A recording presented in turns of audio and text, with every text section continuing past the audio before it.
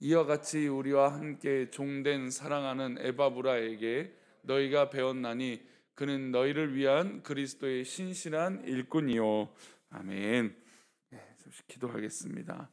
하나님, 오늘도 귀한 하루를 살아가며 날씨가 추워지는 가운데 그럼에도 불구하고 주님 기뻐하시는 자리로, 또 기도하는 자리로 하나님 우리가 모일 수 있도록 은혜를 주셔서 감사합니다.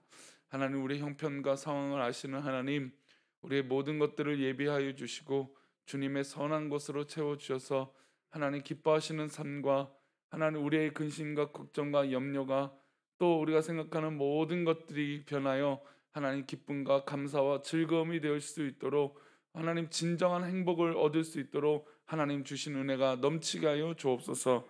또 이 시간 1,000번째로 드려지는 예물이 있사오며 하나님 범사에 감사하여 드려지는 예물이 있사오니 축복하시고 주님 받아 주옵소서.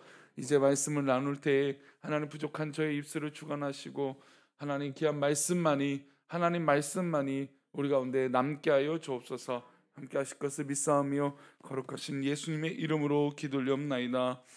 아멘. 비전과 야망은 사실 뭐 큰 차이가 없습니다. 비전이나 야망이나 비슷한 뜻을 갖고 있죠. 근데 분명한 것은 비전과 야망이 다르다라는 것은 하나님께서 주신 비전은 허무하지 않다라는 겁니다. 그래서 하나님께서 목적과 꿈을 주시면 그 결과가 우리가 원하는 대로 되지 않을지라도 이 과정과 또 그 결과를 넘어선 하나님의 인도하심을 경험하기에 허무하지 않고 감사할 수 있는 것이죠. 그러나 자신이 원하는 이 야망은 어떻습니까? 때로는 그 결과가 내가 원하는 대로 될지라도 오히려 허망한 것이 바로 야망입니다. 그러니까 사람들은 어떤 그런 목적을 이룬다라고 해서 그 목적을 이룰 수 있는 수단과 방법을 가리지 않고 실제로 내가 원하는 것을 얻는다 할지라도 그것이 진짜 기쁘지 않고 오히려 슬픔과 근심과 또 때로는 우울감에 사로잡힐 때가 더 많다라는 것이죠. 현대인의 사회에 살아가는 사람들이 많은 부분에서 이런 이 어려움을 겪는다라는 겁니다. 건강한 비전, 특별히 우리 신앙인 안에서조차도 건강한 비전과 건강한 소망을 가지고 하나님 뜻 가운데 살아가는 어떤 그런 이 결과, 어떤 그런 과정을 겪는 성도와 또 자신이 원하는 이 결과와 어떤 그런 야망을 가지고 사는 결과들이 분명히 다르다는 겁니다. 이 목회자들 사이에서도 분명히 이런 것들로 인해서 갈려요. 야망과 비전의 차이는 사실 별거 아닌 것처럼 느끼지만 그 사람의 어떤 그런 삶의 형태를 어떻게 보면 결정적으로 이 삶의 모습을 보여주는 어떤 그런 이 동기가 되어진다는 겁니다. 하나님께서 우리에게 주신 비전은 그 과정이 아름답고 의미 있고 이루고 나면 또 때로는 이루지 못할지라도 행복한 것이 하나님께서 주신 비전인 줄 믿습니다. 오늘 본문 이 바울은 골로새서를 기록하는데 자신이 복음의 일꾼이라고 소개를 합니다. 그러니까 자신의 꿈과 자신의 소망은, 자신의 비전은 복음의 일꾼으로 한평생을 살아가는 것이다 라고 말하는 것이죠. 그러니 사실 이 바울 사도가 그의 인생이 허무하지 않고 때로는 죽음을 앞두고 있음에도 불구하고 이 복음의 사역에 조금 더 후퇴가 없이 전진하는 모습을 볼 수 있다라는 겁니다. 로마의 감옥에 갇혀 있어도, 물론 뭐 구류당한 이 상태가 좀 그래도 자유로운 상태이긴 했지만 그래도 그가 그 결과를 뻔히 알고 있습니다. 근데도 그 과정과 그 모든 진행이 절대 주저하거나 어떤 그런 포기하거나 어떤 그런 우울감에 사로잡혀 있지 않다라는 것이죠. 사도 바울은 신약성경 27권 중에 자그마치 13권을 기록했습니다. 바울 서신 13권 가운데 사람에게 보낸 서신이 있어요. 디모데 전후서, 디도서, 빌레몬서는 사람에게 썼습니다. 그러니까 디모데에게, 사랑하는 아들에게 편지를 써서 앞으로 목회를 어떻게 할 것인가에 대한 권면, 그러니까 개인적인 서신이죠. 근데 이제 그 나머지는 이제 교회에다가 편지를 썼잖아요. 근데 교회에다가 썼는데 오늘 골로새서는 바울 사도가 개척한 교회가 아닙니다. 이 오로지 다른 이 골로새서는 바울 사도가 쓴 이 개척한 것이 아니라 다른 사람이 개척했어요. 그것이 이제 7절 말씀이 나오는데요.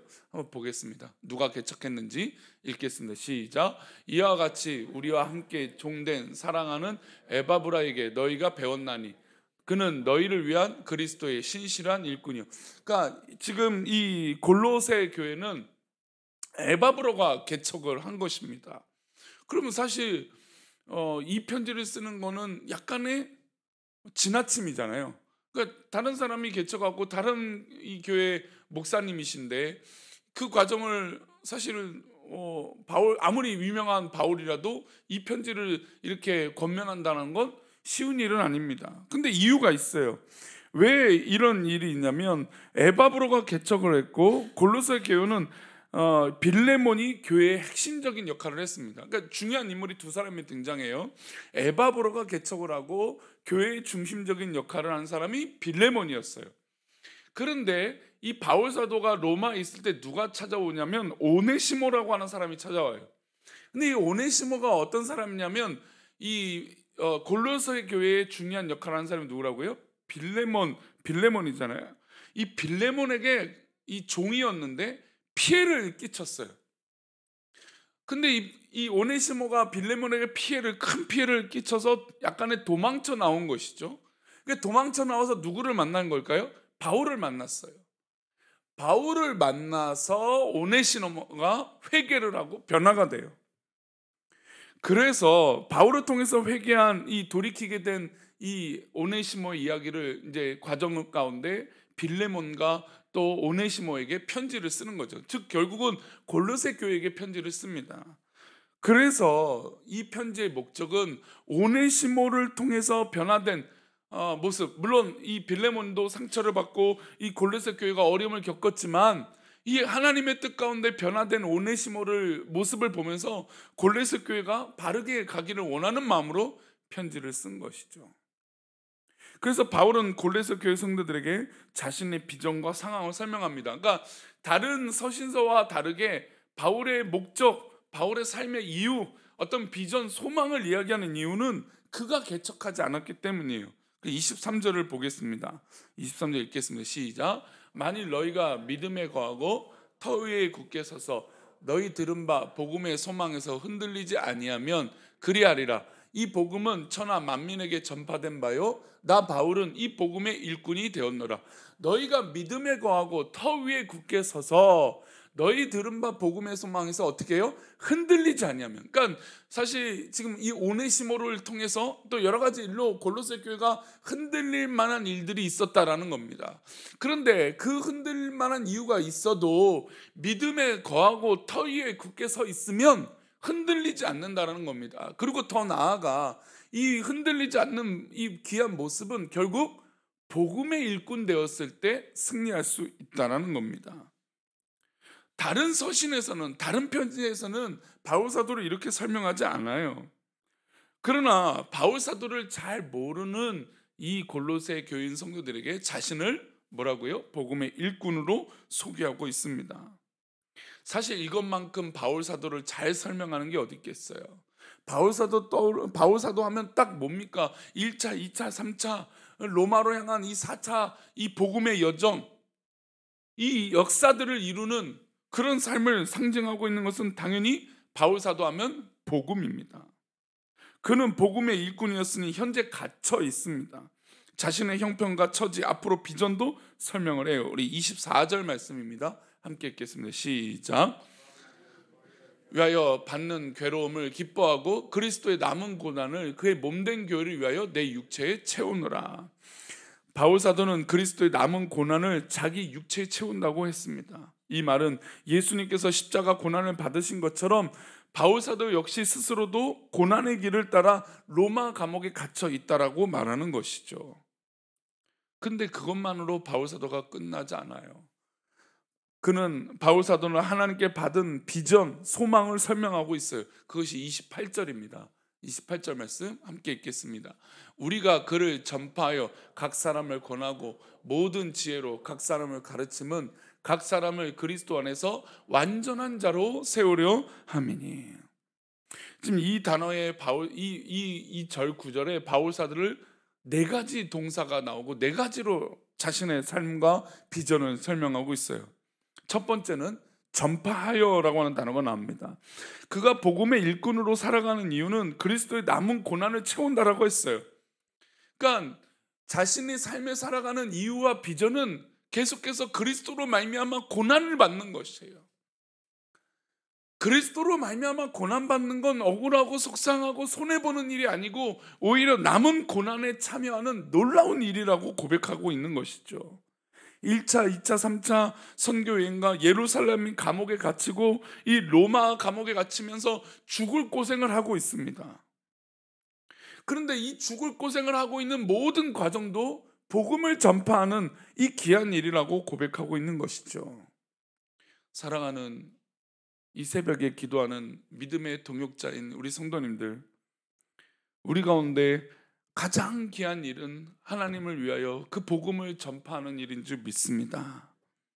저는 우리 교회가 이제 어느 때가 이제 코로나도 완전히 조금 안심이 되고 할 때에 정말 이 복음을 전파하는 일에 온 성도가 전력을 다했으면 좋겠어요. 어떤 분들은 복음을 전파하는 것이 과연 누구를 위한 일인가라고 묻는 분들이 있지만 그거는 복음을 전하지 않는 사람들의 특징적인 말이에요. 복음을 전파하는 건 그리스도의 남은 고난에 참여하는 일이고 그리스도의 영광을 드러내는 일입니다. 우리 교회는 바로 그런 교회가 되어져야 됩니다. 복음 앞에 부끄럽지 않고 복음 앞에 어떤 생각도 첨가되지 않는, 오로지 복음을 위하여 정말 하나님께 영광된 그 길을 걸어가는, 정말 하나님의 복음으로 채워지는 남은 고난에 참여하는 그런 교회가 되어져야 되는 것이죠. 이것은 누구 목사를 위한 것도 아니고 어떤 특정한 성도를 위한 것도 아니고 오로지 하나님 기뻐하시는 일인 것이죠. 그래서 이 순수한 복음을 전파하는 일에 우리 교회는 전력을 다할 것이고 어떤 것도 오염시킬 수 없는 것입니다.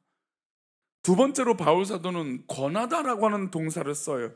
한 사람 한 사람의 마음을 살피고 상담하고 그의 마음의 응어리를 풀어내는 것이고, 바울은 한 영혼을 성실하게 섬세하게 돌아보는 것에 권하는 일에 열심히 하겠다는 겁니다. 한번 복음을 전하는 것으로 그치지 않습니다. 특별히 유대인들로 말미암아 잘못된 이 율법, 잘못된 이 복음을 받는 사람들이 있었어요. 특별히 할례주의자들이었죠. 할례를 받아야만 교회 생활할 수 있다라고 하는 어떤 무슨 특징적인 이 일들을 권하는 사람들이 있었어요. 복음의 기본이 흔들린 갈라디아 교회 성도들에게 편지를 써서 그들을 권면했습니다. 마치 그런 것처럼 바울 사도는 앞으로도 바른 것을 가르치고 권하는 일에 열심히 하겠다는 겁니다. 여러 가지 문제로 어지럽던 고린도 교회에 편지를 써서 그리스도를 또 바른 말씀을 권했습니다. 그러니까 이 복음에 있어서 전하는 것도 있지만 권하는 것도 있어요. 그러니까 무슨 의미냐면 잘못된 것을 가르쳐서 권하는 것이 복음이에요. 믿지 않는 사람들이 또 잘못 알고 있는 사람들에게 제대로 된 걸 가르치는 건 어떻게 보면 교회와 또 이 복음의 사역의 중요한 부분입니다. 그래서 세 번째로 다가오는 동사가 가르치는 것이에요. 말씀을 1대1로 가르치고 소그룹으로 가르치고 회당에서도 가르칩니다. 고린도 교회에서 1년 6개월 동안 가르쳤고 에베소에서 두란노 소원을 세워서 가르쳤습니다. 3년을 넘게 하루도 쉬지 않고 바울 사도는 가르쳤죠. 이것이 그리스도의 남은 고난에 육체에 채워져 가는 과정이었습니다. 이제 마지막으로 뭘 하냐? 세우는 과정이에요. 그는 한 사람을 그리스도 일꾼으로 세우는 것이 최종 목표였습니다. 우리 28절 말씀 다시 한번 보겠습니다. 함께 읽겠습니다. 우리가 그를 전파하여 각 사람을 권하고 모든 지혜로 각 사람을 가르치고 각 사람을 그리스도 안에서 완전한 자로 세우려 합니다. 그러니까 복음의 역사에 있어서 믿음의 성도로 자라게 함에 있어서 이 과정은 굉장히 중요합니다. 전파하고 권하고 가르치고 또 완전한 자로 세우는 것이 사실 이 목사의 할 일이고 교회의 할 일이에요. 이 말씀은 이제 믿음을 받아들인 성도들, 또 믿지 않는 성도들에게 하는 이 동일한 말씀인 것이죠. 그래서 바울 사도는 남은 고난에 참여한 건 이 일에 있어서 최선을 다하겠다는 겁니다. 우리 성도님들은 어떻습니까? 간절하게 기도하고 구한 것이 이루어졌지만 갑자기 허무함이 몰려온다면 우리는 깊이 생각할 필요가 있습니다. 비전이 아니고 욕심이 아니었는지 우리는 돌아볼 필요가 있다는 것이죠. 복음과 연결된 것은 허무하지 않습니다. 하나님과 연결된 것은 기쁨이 오히려 열매로 맺혀집니다. 우리는 늘 기억해야 됩니다. 우리 삶의 결과는 열매로 아는 것이에요. 근데 그 열매를 착각하면 안 되는 것이, 내가 어떤 결과를 이루어서 어떤 그런 소망을 이루어져서 딱 내가 맞는 결과의 열매를 맺는다는 것이 아니라 하나님께서 맺어주신 그 열매로 맺어졌는가라는 것이죠. 그러니까 내가 아무리 어떤 이 주 안에서 하는 것이 정말 그 결과로 인해서 기쁨이 얻어진다면 그것은 하나님께서 기뻐하시는 일이라는 것이죠. 그래서 우리는 복음 앞에 더 철저해야 돼요. 모든 과정은 결국 복음으로 가야 되는 것이죠. 복음을 전하고 각 사람을 권하고 가르쳐서 세우는 일은 정말로 하나님께서 기뻐하시는 보람된 일이고 말로 할 수 없는 행복한 일인 줄 믿습니다. 우리가 때로 전도하는 사람을 이제 우리 교회 안에 세우게 되잖아요. 근데 전도하는 그 사람이 믿음으로 잘하는 그 과정을 보게 되면 얼마나 뿌듯한지 몰라요. 목사의 뿌듯함도 사실은 정말 말씀 은혜 받고 은혜 받았는데 막 그것으로 변화되는 성도가 일어날 때 목사가 뿌듯해요. 왜요? 그것은 하나님께 주신 열매이기 때문이에요. 물론 뭐 목사 그렇다고 막 그렇습니다 라고 뭐 자랑할 것은 아니죠. 근데 지켜보는데 뿌듯하죠. 우리 성도님들 자녀를 키워보셨잖아요. 자녀들이 자라는데 복음 안에서, 믿음 안에서, 물론 세상이 바라는 그 기준대로 잘 자라고 뭐 성공한다라고 하는 그 탄탄대로를 밟아가지 못할지라도, 그러나 복음 안에서 자라고 뿌듯함을 느낄 때, 야, 그래, 하나님 주신 은혜이구나 라고 느끼게 된다는 것이죠. 그게 우리의 소망이고 우리의 비전이 되어져야 되고, 그것이 결국엔 복음이라는 겁니다. 29절 말씀 읽고 마치겠습니다. 함께 읽겠습니다. 이를 위하여 나도 내 속에서 능력으로 역사하시는 이의 역사를 따라 힘을 다하여 수고하노라. 사랑하는 우리 교회 성도님들, 오늘도 내 속에서 역사하시는 주님의 뜻대로, 주님의 능력으로 역사함을 따라서 살아가시를 축복합니다. 이 역사를 따라 힘을 다하여 수고할 때 하나님 주신 은혜가 차고 넘치게 될 줄 믿습니다. 기도하겠습니다. 하나님 아버지, 오늘도 우리가 주님의 은혜로 살아갈 때 우리의 삶의 가치는 이제 복음 위에서 살아가는 가치입니다. 과연 우리가 복음 위에서 살아갈 때 어떤 모습으로 살아가는지 고민하게 하시고, 그래서 하나님 기뻐하시는 열매를 맺음으로 복음의 역군이요, 복음의 일꾼이요, 하나님께서 기뻐하시는 열매를 맺어갈 수 있도록 은혜를 베풀어 주옵소서.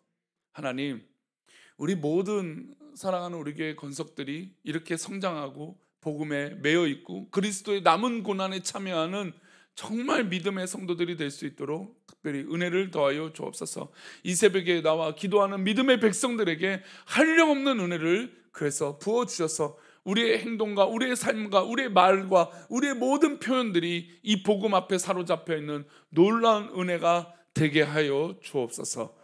오늘도 우리를 그렇게 인도하시고 그렇게 승리하게 하실 것을 믿사옵고 거룩하신 예수 그리스도 이름으로 기도 올리옵나이다. 아멘. 하늘에 계신 우리 아버지,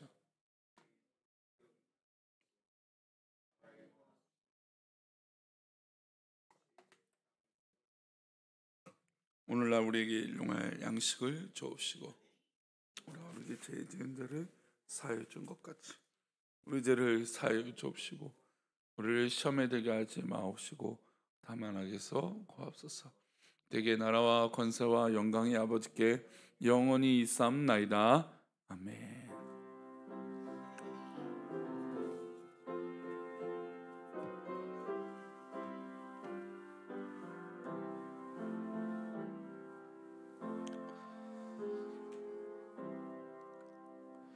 오늘도 하루가 물론 우리가 원하는 것이 되면 좋겠지만 실제로 그렇지 못할지라도 우리가 복음을 위해서 살아간다면 하나님께서 주시는 은혜가 차고 넘치게 될 줄 믿습니다.